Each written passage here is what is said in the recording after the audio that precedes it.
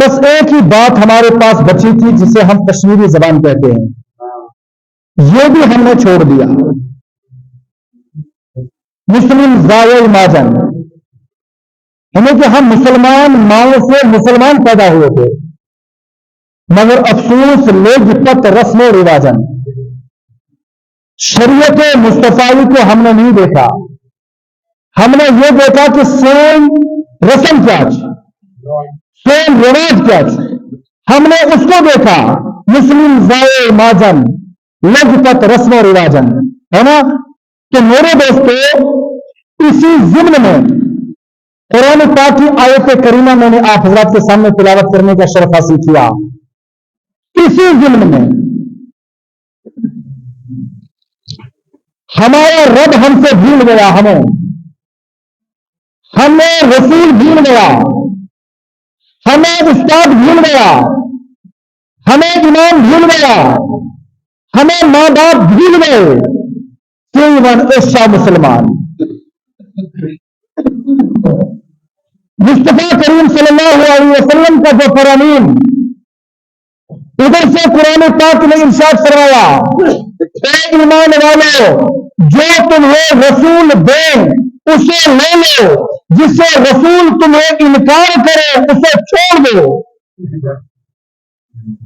ادھر سے ہم کہتے ہیں کہ ہم مسلمان ہیں، ہم رسول اللہ کو نہیں چھوڑیں گے، دین کا مصطفیٰ کا دامن نبی کا دامن نہیں چھوڑیں گے، پہلے پکڑ تو صحیح، جب پکڑے گا پھر چھوڑنے کی بات کرنا، چاہے رتبوں کی چھین کیا چکوانا کیا ہمیں دین کا، ہم نبی کا دامن نہیں چھوڑیں گے۔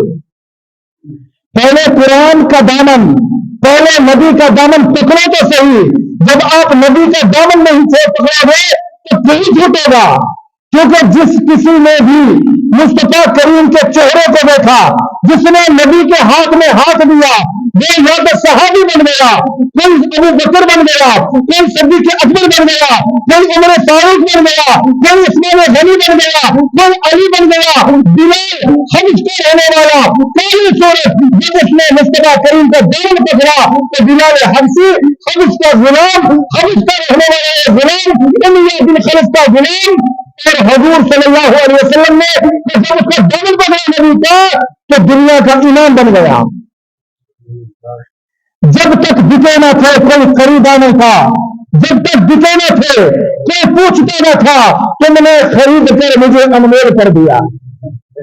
جب تک بکے نہیں تھے، جب تک نبی کے ہاتھ میں نہیں بکو گے میرے نوجوانوں، جب تک تم بک نہیں جاؤ گے تب تک تمہیں کوئی نہیں پوچھے گا۔ ادھر سے بھی مار پڑے گی، دائیں طرف سے بھی مار پڑے گی، بائیں طرف سے بھی مار پڑے گی، گائے بھی ماریں گے، اپنے بھی ماریں گے، لیکن جب تم بک جاؤ گے، اور بکنا کہیں اور نہیں ہے، کسی اور دروازے میں بکنے کی ضرورت نہیں ہے، ہمیں تو خریدنے والا کتنی طاقت ہے کسی کو نہیں، لیکن تمہیں ہمیں بکنا ہوگا۔ وہ دربار کون ہے؟ وہ دربار ہے جناب محمد رسول اللہ صلی اللہ علیہ وسلم کا۔ یا رسول اللہ جب تک بکے نہ تھے، کوئی خریدار نہ تھا، تم نے خرید کر مجھے انمول کر دیا۔ قرآن پاک کی آیت کریمہ میں نے آپ حضرات کے سامنے تلاوت کرنے کا شرف حاصل کیا۔ وَقَضَىٰ رَبُّكَ أَلَّا تَعْبُدُوا،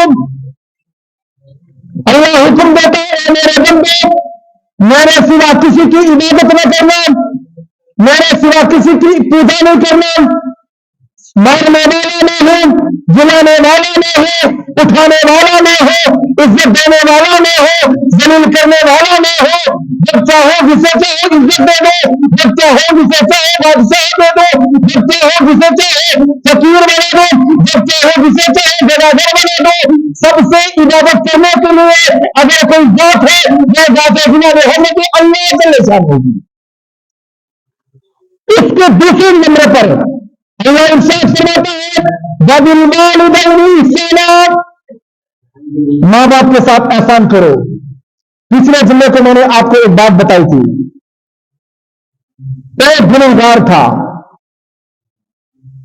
عیسیٰ علیہ السلام، موسیٰ علیہ السلام کے زمانے کا واقعہ میں نے پچھلے جمعے کو آپ کو بتایا تھا۔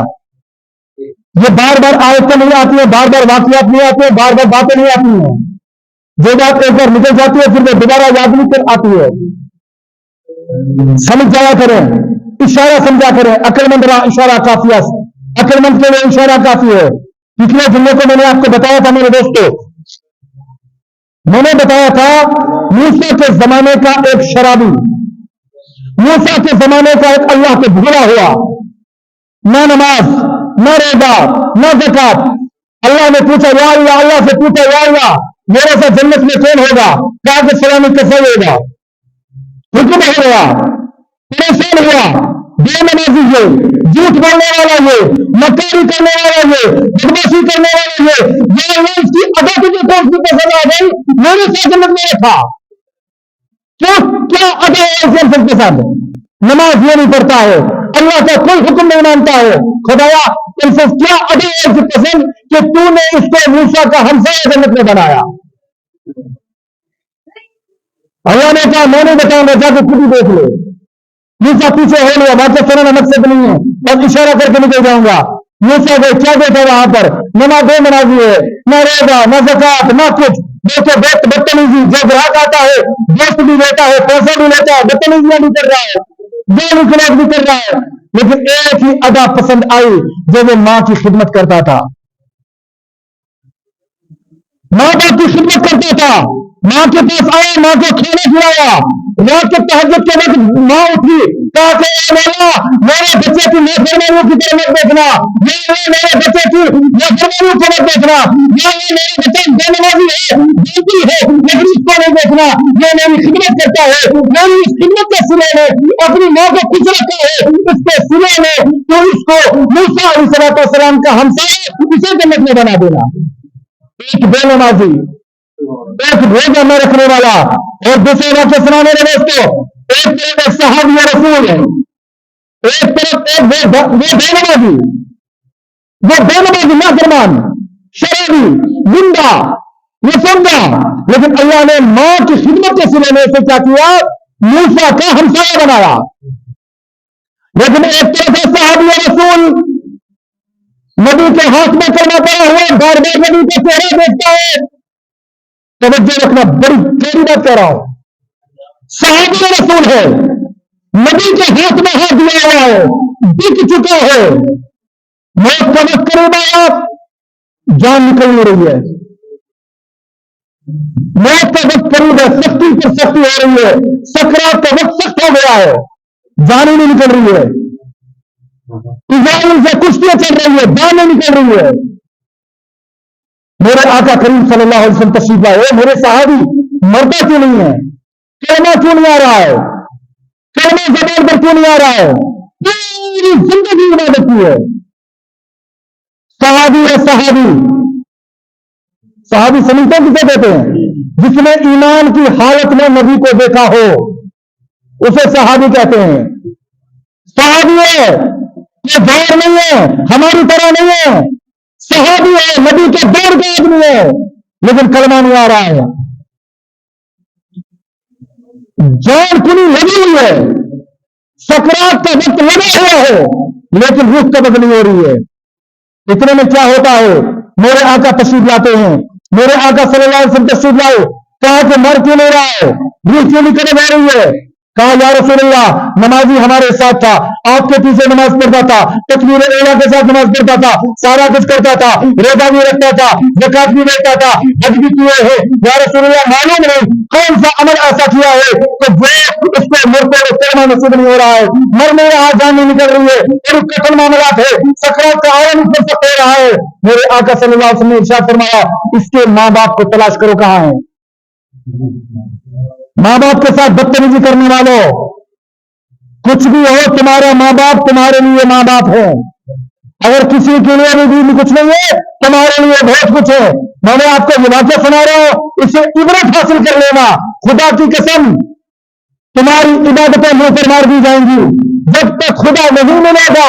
مارو صحابی کی طرف ٹھوکریں مارتے رہو، لیکن جب تک ماں باپ راضی نہیں ہے تمہاری عبادتیں تمہارے منہ پر ماری جائیں گی.